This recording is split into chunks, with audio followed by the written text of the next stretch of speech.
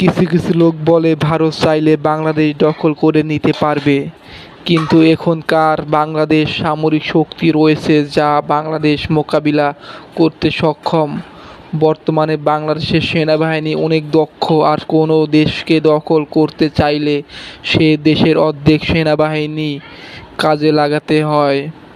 কিন্তু ভারত বাংলাদেশ সীমান্তে মাত্র 10 থেকে 15% কাজে লাগিয়ে থাকে সেনাবাহিনী।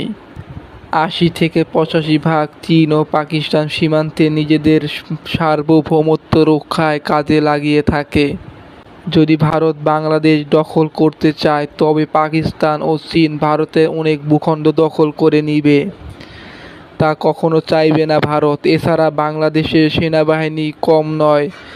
বাংলাদেশের সাথে মায়ানমারের নাফ যুদ্ধে বাংলাদেশের বিজিবি, তৎকালীন বিডিআর রাইফেলস মায়ানমারের 600 সেনাকে হত্যা করে সার্বভৌমত্ব টিকিয়ে রাখে।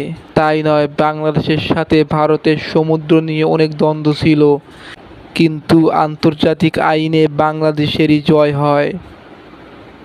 তবে বাংলাদেশের সাথে যুদ্ধ হলে চীন ও পাকিস্তান বাংলাদেশের হয়ে যুদ্ধ করবে। আমরা যতই বলি ভারত বাংলাদেশকে দখল করে নিবে 2 এবং 1 দিনের ভিতরে, তা আসলেই অসম্ভব বিষয়।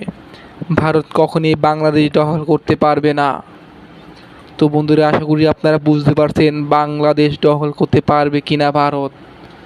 এই নিয়ে আজকে আলোচনা।